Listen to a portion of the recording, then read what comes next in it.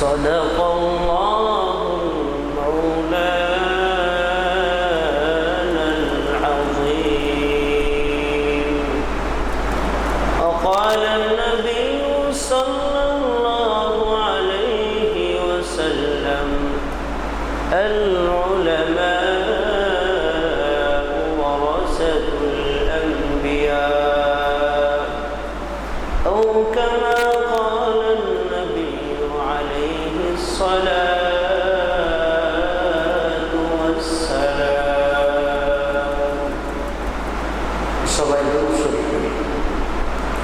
اللهم صل على محمد وعلى آل محمد كما صليت على إبراهيم وعلى آل إبراهيم إنك حميد مجيد. اللهم بارك على محمد وعلى آل محمد كما باركت على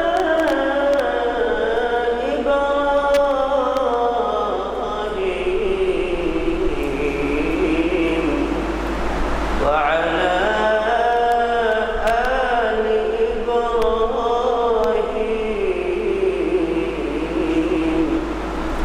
إنك حميد مجيد.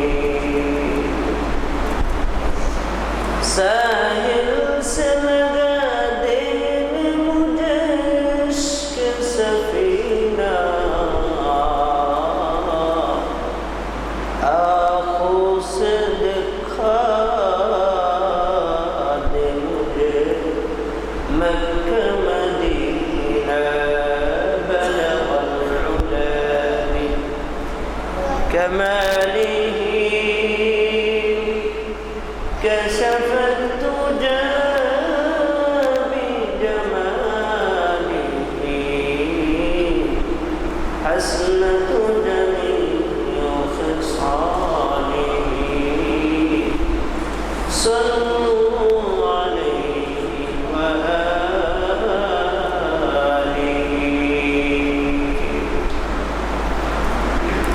الحمد لله। মহান রব্বুল আলামিনের দরবারে লাখ কোটি শুকরিয়া জ্ঞাপন করছি, যে মহান রব্বুল আলামিন আমাদেরকে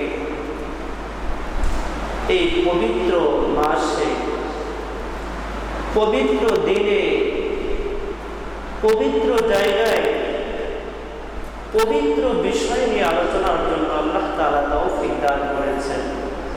এজন্য সেই মহান মালিকের দরবারে, সেই মহান রব্বে করিমের দরবারে সবাই কালিমাতুশ শুকর আদায় করে সবাই বলে আলহামদুলিল্লাহ। মুহতারাম হাজিরিন, গত সপ্তাহে আলোচনার বিষয় ছিল ইলমের গুরুত্ব সম্পর্কে। এই সপ্তাহে আল্লাহ তাআলা যদি তৌফিক দান করেন, ইলমের ফজিলত, ইলম শিখলে এর উপকারিতা কি, এই সম্পর্কে আল্লাহ তাআলা এবং মুহাম্মদুর রাসূলুল্লাহ সাল্লাল্লাহু আলাইহি ওয়াসাল্লাম অসংখ্য জায়গায় এর ফজিলত বর্ণনা করেছেন। এই বিষয়টা নির্ধারণ করার কারণ হচ্ছে, যেহেতু প্রত্যেকটা প্রতিষ্ঠান এখন খুলে দিয়েছে,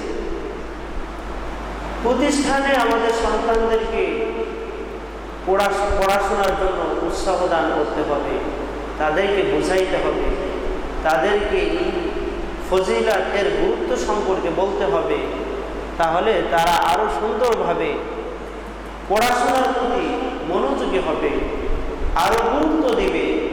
বিধায় এই সময়ে এই বিষয়টা আপনাদের জন্য নির্ধারণ করেছে। আল্লাহ তাআলা যদি তৌফিক দান করেন, সংক্ষিপ্ত সময় পরিসরে আমি আমার আলোচনা শেষ করব। আমার তৌফিক ইল্লা বিল্লাহ।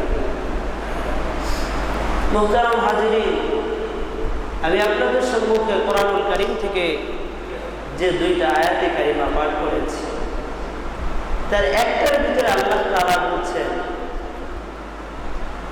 ইয়ারফাউল্লাহু আল্লাযীনা আমানু মিনকুম, ইয়ারফাউল্লাহু আল্লাযীনা আমানু মিনকুম ওয়াল্লাযীনা উতুল ইলমা দারাজাত।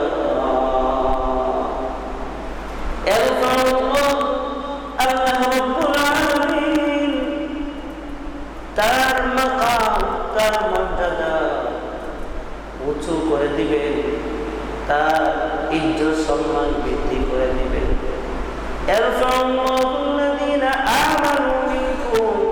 তোমাদের মধ্যে যারা ঈমানদার এবং কোরআনের জ্ঞান, রাসূলের জ্ঞান যারা অন্বেষণ করতে চায়, তাদের ইজ্জত, তাদের সম্মান আল্লাহ রাব্বুল আলামিন বৃদ্ধি করে দিবে। ইয়ারফাউল্লাহু আল্লাযীনা আমানু মিনকুম ওয়াল্লাযীনা উতুল ইলমা দারাজাত। তোমাদের দারাজাত, তোমাদের সম্মান, তোমাদের পদমর্যাদা আল্লাহ রাব্বুল আলামিন আরো উন্নত এবং আরো সম্মানিত করবেন একমাত্র ইলমের কারণে। ইলম হচ্ছে অত্যন্ত দামি জিনিস, ইলম হচ্ছে একটা সম্মানী জিনিস। এই ইলম যার ভিতরে নাই, সে আল্লাহকে, আল্লাহর মাখলুককে নিয়ে চিন্তা করতে পারবে না। যার ইলম নাই, সে হাদিস চর্চা করবে কিভাবে, তার সে জ্ঞান নাই। যার ইলম নাই, হালাল হারাম সে কিভাবে পার্থক্য করবে, নির্ণয় করবে। যদি ইলম না থাকে, তাহলে আপনি দিনের উপরে চলবেন কিভাবে, নামাজ পড়বেন কিভাবে, আপনি রোজা রাখবেন কিভাবে, আপনি আপনার হায়াতের জিন্দেগি কিভাবে আপনি কাটাবেন, এর মূল চালিকা শক্তি হচ্ছে ইলম। যদি ইলম না থাকে, তাহলে সেই মানুষ হচ্ছে অজ্ঞ। যতটুকু ইলম শিখলে আমার দুনিয়ার জীবনে চলতে সুবিধা হবে, ততটুকু ইলম শিক্ষা করা মুহাম্মদুর রাসূলুল্লাহ সাল্লাল্লাহু আলাইহি ওয়াসাল্লাম বলেছেন যে ফরজ। এজন্য আল্লাহ রাব্বুল আলামিন কোরআনুল কারীমের ভিতরে ইলমওয়ালাদেরকে আল্লাহ সম্মান দিয়েছেন, সম্মান করে কথা বলেছেন। অন্য জায়গায় আল্লাহ রাব্বুল আলামিন ইরশাদ করেছেন, ইন্নামা ইয়াখশাল্লাহ, ইন্নামা ইয়াখশাল্লাহ মিন ইবাদিহিল উলামা। আল্লাহ রাব্বুল আলামিন শপথ করে, আল্লাহ রাব্বুল আলামিন কঠিন মজবুত করে তিনি দুনিয়ার মানুষদেরকে বলছেন, যাদের ভিতরে ইলম আছে, সেই যার ভিতরে প্রকৃত ইলম আছে, সেই ব্যক্তি সবচেয়ে বেশি আমাকে ভয় করে। যার ভিতরে যত ইলম বেশি আছে, সে তত আল্লাহ রাব্বুল আলামিনকে ভয় করে।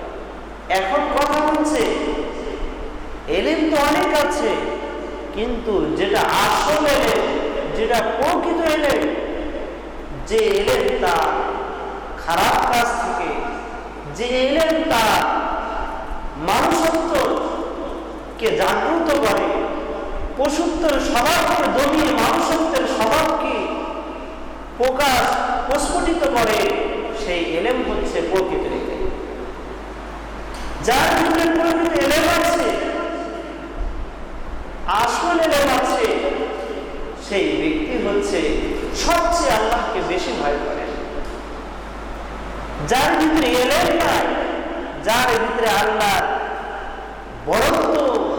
আল্লাহর সম্পর্কে যার জ্ঞান নেই, সে কিভাবে আল্লাহকে ভয় করে? এজন্য মুহতারাম হাজির, ভয় করতে হলে, আল্লাহকে চিনতে হলে, আল্লাহকে জানতে হলে, হালাল হারাম বুঝতে হলে এলেম ছাড়া কোনো উপায় নেই। আল্লাহ নবী মুহাম্মদুর রাসূলুল্লাহ সাল্লাল্লাহু আলাইহি ওয়াসাল্লাম ইরশাদ করেছেন, ইন্নাল্লাহা ওয়া মালাইকাতাহু ওয়া আহলাস সামাওয়াতি ওয়াল আরদ হাত্তা আন-নামলাতি ফি জুহরিহা ওয়া হাত্তা আল-হুত লা ইউসাল্লিমুনা আলা মুআল্লিমিন নাসিল খায়র। মুহাম্মদ আরবি সাল্লাল্লাহু আলাইহি ওয়াসাল্লাম পৃথিবীর ভিতরে মহামানব ছিলেন, যিনি রাহমাতুল লিল আলামিন নামে আখ্যায়িত করে আল্লাহ রাব্বুল আলামিন দুনিয়াতে প্রেরণ করেছেন। তার ভিতরে সমস্ত আখলাকের ভিতরে সর্বশ্রেষ্ঠ আখলাক দিয়ে আল্লাহ রাব্বুল আলামিন মহামানবকে দুনিয়ার ভিতরে প্রেরণ করেছেন। সেই মহামানব বলেছেন, ইন্নাল্লাহা ওয়া মালাইকাতাহু ওয়া আহলাস সামাওয়াতি ওয়াল আরদি হাত্তা আন-নামলাতি ফি জুহরিহা ওয়া হাত্তা আল-হুত লা ইউসাল্লিমুনা আলা মুআল্লিমিন নাসিল খায়র। পৃথিবীর মানুষের কথা একটু সন্দেহ থাকতে পারে, কিন্তু জনাবে মুহাম্মদুর রাসূলুল্লাহ সাল্লাল্লাহু আলাইহি ওয়াসাল্লামের কথার ভিতরে কোনো সন্দেহ নেই। তিনি বলেছেন যে পৃথিবীতে যারা কোরআনের শিক্ষায় শিক্ষিত হওয়ার জন্য কোরআনের তলবে ইলম হিসেবে নিজেদেরকে সঁপে দেয়, এই সমস্ত তলবে ইলমদের জন্য গর্তের পিপিলিকা, সমুদ্রের মৎস্যকুল পর্যন্ত তাদের জন্য দোয়া করতে থাকে। মাগফিরাতের দোয়া, এমন দোয়া সর্বক্ষণ আল্লাহ রাব্বুল আলামিনের কাছে দোয়া করেন যে আল্লাহ আপনি মাফ করে দেন, এই তলবে ইলমদেরকে কবুল করে নেন।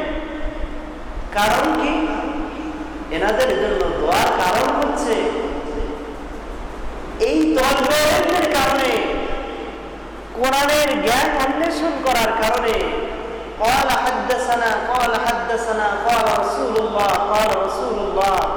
যারা সর্বদা বলছে, তাদের কারণে আজ তারা পৃথিবীতে বেঁচে আছে। তাদের কারণে রহমত বরকত আল্লাহ রাব্বুল আলামিন পৃথিবীতে বর্ষণ করছেন। একমাত্র শুধুমাত্র কারণ হচ্ছে এই সমস্ত ফেরেশতাগুলো তলবে ইলমের কারণে।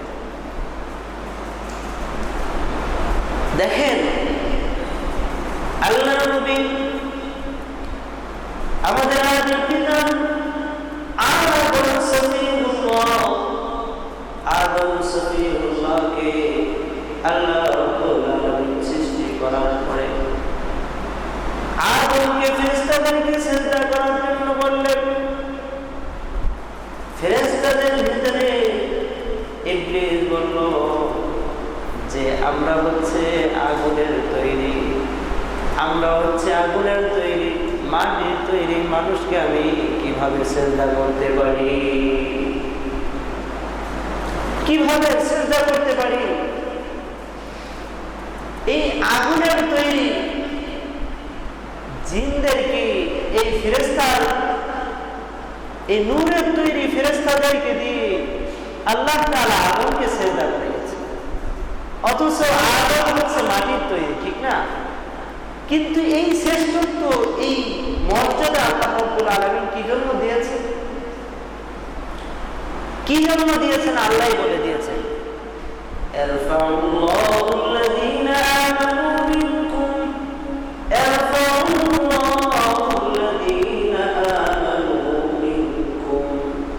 ওয়াল্লাযীনা উতুল ইলমা দারাজাত।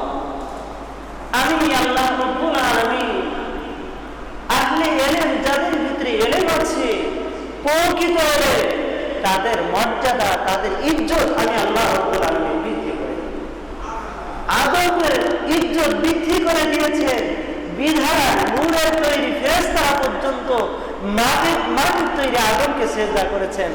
একমাত্র শুধুমাত্র কারণ হচ্ছে এই ইলমের নাম। وعلم آدم الأسماء كلها ثم عرضهم على الملائكة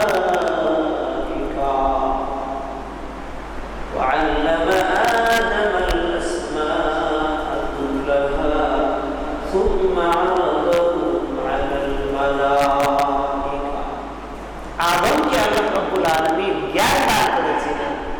বিধায় এই জ্ঞানের কারণে, এই প্রকৃত জ্ঞানের কারণে আল্লাহ রাব্বুল আলামিন আদমের ইজ্জত, আদমের সম্মান বৃদ্ধি করে দিয়েছে। এই জন্য পৃথিবীতে যারা আহলে ইলম, যারা দ্বীনের এই দায়ী ইলাল্লাহ, যারা দ্বীন অন্বেষণ করে, যারা দ্বীনকে বুকে ধারণ করে, যারা দ্বীনের ধারক বাহক হয়ে এই দ্বীনের দাওয়াত, দ্বীনের মিশন নিয়ে যারা পরিচালনা করে, আল্লাহ রাব্বুল আলামিন তাদের দিন দিন তাদের ইজ্জতকে আল্লাহ রাব্বুল আলামিন বৃদ্ধি করে। দেখেন পৃথিবীতে যখন মহামানব মুহাম্মদুর রাসূলুল্লাহ সাল্লাল্লাহু আলাইহি ওয়াসাল্লাম যখন পৃথিবীতে আগমন করলেন, তখন ছিল আইয়ামে জাহিলিয়াতের। আমরা সবাই জানি নিজেদের জীবন্ত কন্যা সন্তানকে মাটির নিচে দাফন করা, নিজেদের মাদেরকে, নিজেদের সৎমাকে নিজের স্ত্রীর মতো আচরণ করা। এমন আইয়ামে জাহিলিয়াতের যুগে মহামানব মুহাম্মদুর রাসূলুল্লাহ সাল্লাল্লাহু আলাইহি ওয়াসাল্লামকে প্রেরণ করেছে। এমন যুগে, যে যুগে মুহাম্মদুর রাসূলুল্লাহ সাল্লাল্লাহু আলাইহি ওয়াসাল্লামকে কত কষ্ট দিয়েছে, এই মহামানব যখন আসলে তখন যত অন্ধকার আছে, যখন নবুয়ত প্রাপ্ত হলে তখন আস্তে আস্তে অন্ধকার সব দ্রবীত হয়ে গেছে। অজ্ঞতা অন্ধকার, কুসংস্কারের অন্ধকার, যত ধরনের আমাদের খারাপ ধারণা অন্ধকার, সব কিছু নিয়ন্ত্রণ মুহাম্মদুর রাসূলুল্লাহ সাল্লাল্লাহু আলাইহি ওয়াসাল্লাম আসার পরে চলে গেছে। এই আইয়ামে জাহিলিয়াতের মানুষগুলা সোনার মানুষে পরিণত হয়ে গেছে। মুহাম্মদুর রাসূলুল্লাহ সাল্লাল্লাহু আলাইহি ওয়াসাল্লাম তিনি ইরশাদ করেছেন, খায়রুল কুরুনি করনি থুম্মা আল্লাযীনা ইয়ালুনাহুম থুম্মা আল্লাযীনা ইয়ালুনাহুম, খায়রুল কুরুনি করনি থুম্মা আল্লাযীনা ইয়ালুনাহুম থুম্মা আল্লাযীনা ইয়ালুনাহুম। মুহাম্মদুর রাসূলুল্লাহ সাল্লাল্লাহু আলাইহি ওয়াসাল্লাম ইরশাদ করেছেন, হে পৃথিবীর মানুষ, তোমরা শুনে রাখো, আইয়ামে জাহিলিয়াতের মানুষগুলো সোনার মানুষে পরিণত হয়েছে একমাত্র কোরআনের জ্ঞানের কারণে। আল্লাহর নবী মুহাম্মদুর রাসূলুল্লাহ সাল্লাল্লাহু আলাইহি ওয়াসাল্লামের সংস্পর্শে এসে খারাপ মানুষগুলো আল্লাহ সোনার মানুষের শব্দের মানুষে পরিণত করে দিয়েছে। এই জন্য মুহাম্মদুর রাসূলুল্লাহ সাল্লাল্লাহু আলাইহি ওয়াসাল্লাম বলেছেন, আমার যুগ, আমার সাহাবীর যুগ আর সাহাবীর পরে যুগ হচ্ছে সর্বশ্রেষ্ঠ যুগ। এই তিন যুগ হচ্ছে সর্বশ্রেষ্ঠ যুগ। দেখে সর্বনিকৃষ্ট যুগ আল্লাহ রাব্বুল আলামিন ইলমের কারণে আল্লাহ পরিবর্তন করে, পরিশোধন করে পরিবর্তিত করে আল্লাহ রাব্বুল আলামিন এই আইয়ামে জাহিলিয়াতের নিকৃষ্ট যুগকে সোনার যুগে পরিণত করে দিয়েছে এই জ্ঞানের কারণে। যদি আমাদের ভিতরে জ্ঞান না থাকে তাহলে আমরা কিভাবে আমাদের সুন্দর জীবনকে পরিচালিত করব, সুন্দরভাবে আমরা নামাজ আদায় করব, সুন্দরভাবে আমরা ইলম শিক্ষা করব, সুন্দরভাবে আমরা মাখলুককে নিয়ে চিন্তা করব, গবেষণা করব। দেখেন একবার সুলতান মাহমুদ গজনবী রহমতুল্লাহ আলাইহি তিনি একজন বাদশা ছিলেন, গজনির একজন বাদশা ছিলেন, অত্যন্ত বিচক্ষণ আল্লাহর ওলি বাদশা ছিলেন। সুলতান মাহমুদ গজনবী রহমতুল্লাহ আলাইহি তিনি আমিরুল মুমিনিন খলিফাতুল মুসলিমিন হযরত ওমর ইবনে খাত্তাব রাদিয়াল্লাহু তাআলা আনহুর আখলাক ছিল, নরম ছিল। যখন রাত ঘনিয়ে আসতো, যখন গভীর রজনীতে সুলতান মাহমুদ গজনবী রহমতুল্লাহ আলাইহি গজনির যত শহর আছে সমস্ত শহরে তিনি অলিগলিতে একা একা সফর করতেন, দেখতেন কোথায় কি অবস্থা। একবার রাতের বেলায় তিনি দেখেন কিছু চোর, সেই চোর রাতের বেলায় গভীর রাতে তারা পরামর্শ করছে, সলা পরামর্শ করছে যে কি করা যায়, আজ কার বাড়িতে চুরি করা যায়। সুলতান মাহমুদ গজনবী রহমতুল্লাহ আলাইহি দাড়িওয়ালা মানুষ, একজন দাড়িওয়ালা মানুষ, তিনি ওনাদের কাছে গেলে ওনারা আস্তে আস্তে একটু আওয়াজ কমিয়ে দিলেন। সুলতান মাহমুদ গজনবী রহমতুল্লাহ আলাইহি বললেন, হে চোরেরা, তোমরা শুনে রাখো, আমি অন্য কোন মানুষ নই, আমি একজন তোমাদের মতো একজন মানুষ, আমি একজন চোর। কয় তাই নাকি? আচ্ছা, তুমি যদি আমাদের মতো একজন হও তাহলে ঠিক আছে, আমাদের গ্রুপে আসো। আমাদের গ্রুপের বৈশিষ্ট্য হচ্ছে এক একজনের এক এক বৈশিষ্ট্য। কি বৈশিষ্ট্য? একজন ব্যক্তি সে যখন ওই বাড়িতে যাবে তখন বাড়ির ওখানে যে কুকুরগুলা থাকে, ওই কুকুরগুলা কি বলে ওই সে বুঝতে পারে। তো আরেকজনকে জিজ্ঞেস করতেছে, তোমার কি বৈশিষ্ট্য? উনি বলতেছেন, আমি যখন ঘরের দরজার কাছে যাই, তালার কাছে যাই, তখন তালা যাওয়ার সাথে সাথে খুলে যায়। আরেকজনকে বলা হচ্ছে, তোমার বৈশিষ্ট্য কি? উনি বলছেন, আমি দিনের বেলা তাকে দেখি, রাতের বেলা তাকে দেখি, দিনের বেলা তাকে চিনি। এবার বাদশাকে বলতেছেন, হে বাদশা না, ওরা জানে না যে ইনি বাদশা।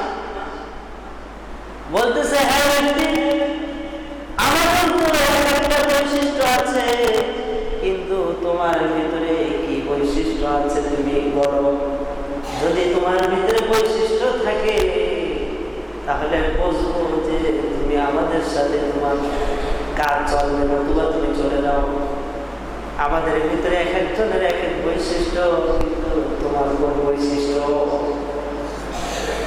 দাঁড়িওয়ালা ব্যক্তি বলবেন যে আমার তো তেমন কোনো বৈশিষ্ট্য নয়, কিন্তু একটা বৈশিষ্ট্য আছে যে যদি তোমরা কোনো সমস্যার সম্মুখীন হও, যদি তোমরা কারাগারে যাও, তাহলে যদি আমি একটা দাড়ি নাড়া দেই, এক দাড়ি নাড়ার সাথে সাথে তোমরা খালাস হয়ে যাবে। আরে সব বলা, এইটা তো বড় দরকার, দোয়া করলেই তো দাড়ি নাড়া দিলেই শেষ। এমন ব্যক্তি দরকার, তাহলে আর কোনো টেনশন নাই। কারণ আমাদের টেনশন ছিল সব ক্লিয়ার, কিন্তু একটা মাত্র বাকি ছিল, আমরা যদি ধরা পড়ে যাই তাহলে তো ছাড়া দেখি। একজন তো রাতে দেখলে দিনে তাকে চিনে, আরেকজন তালার কাছে গেলে তালা খুলে যাবে, আরেকজন কুকুরের আওয়াজ সে বুঝতে পারে, আরেকজন হচ্ছে এভাবে এক একজনের বৈশিষ্ট্য এক একজন বললো, কিন্তু এমন পাইল না যে কেউ যদি ধরা পড়ে তাহলে তাদের উপায় কি হবে।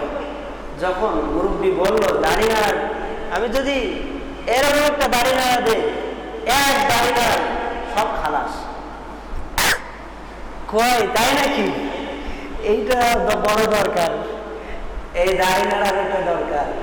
আচ্ছা ঠিক আছে, কয় তাহলে আমাদের কোনো সমস্যা নাই, আজকে স্বয়ং বাচ্চার বাড়িতে চুরি করবো, চলো বাচ্চার সাথে, যেহেতু দাড়ি নাড়া দিলেই শেষ, তাহলে আমাদের আর টেনশন নাই। কয় ঠিক আছে, আজ তাহলে স্বয়ং বাচ্চার বাড়িতে আমরা চুরি করতে পারি। রাতের বেলায় সব প্রোগ্রাম ঠিক করে বাচ্চার বাড়িতে যাচ্ছে। কুকুর যখন ঘেউ ঘেউ শুরু করেছে, যে কুকুরের আওয়াজ বুঝে সে বলতেছে আয়ের সর্বনাশ। কুকুর কি কয়, কুকুর বলতেছে যে তোমরা যার বাড়ি চুরি করতে আসতেছো স্বয়ং বাদশা তোমাদের সাথে। তো ও বুঝতে পারতেছে না যে আসলে না, এটা মারা যায় না, বাদশা কি আবার আমাদের সাথে যোগ হতে পারে। আচ্ছা, অতটা সে গুরুত্ব দিল না, যাক কয় দেখা যাক, ওখানে জায়গা মতো যাই। এবার চুরি করছে, করার পরে সুন্দরভাবে ভাগ বন্টন হয়েছে, ওনাকে কিছু ভাগ দিছে আর তাদেরকে ভাগ দিয়ে তারা চলে গেছে, আর বাদশা উনি চলে গেছে। তারা গিয়ে একটা পাহাড়ের পাদদেশে গিয়ে ওখানে আশ্রয় নিচ্ছে, গুহার ভিতরে সারা রাত ঘুমায় নাই, দিনের বেলা একটু ঘুমাবে খুব আরাম করে। বাদশাও জানে যে কোথায় ঘুমাবে। এবার রাজদরবার থেকে উনি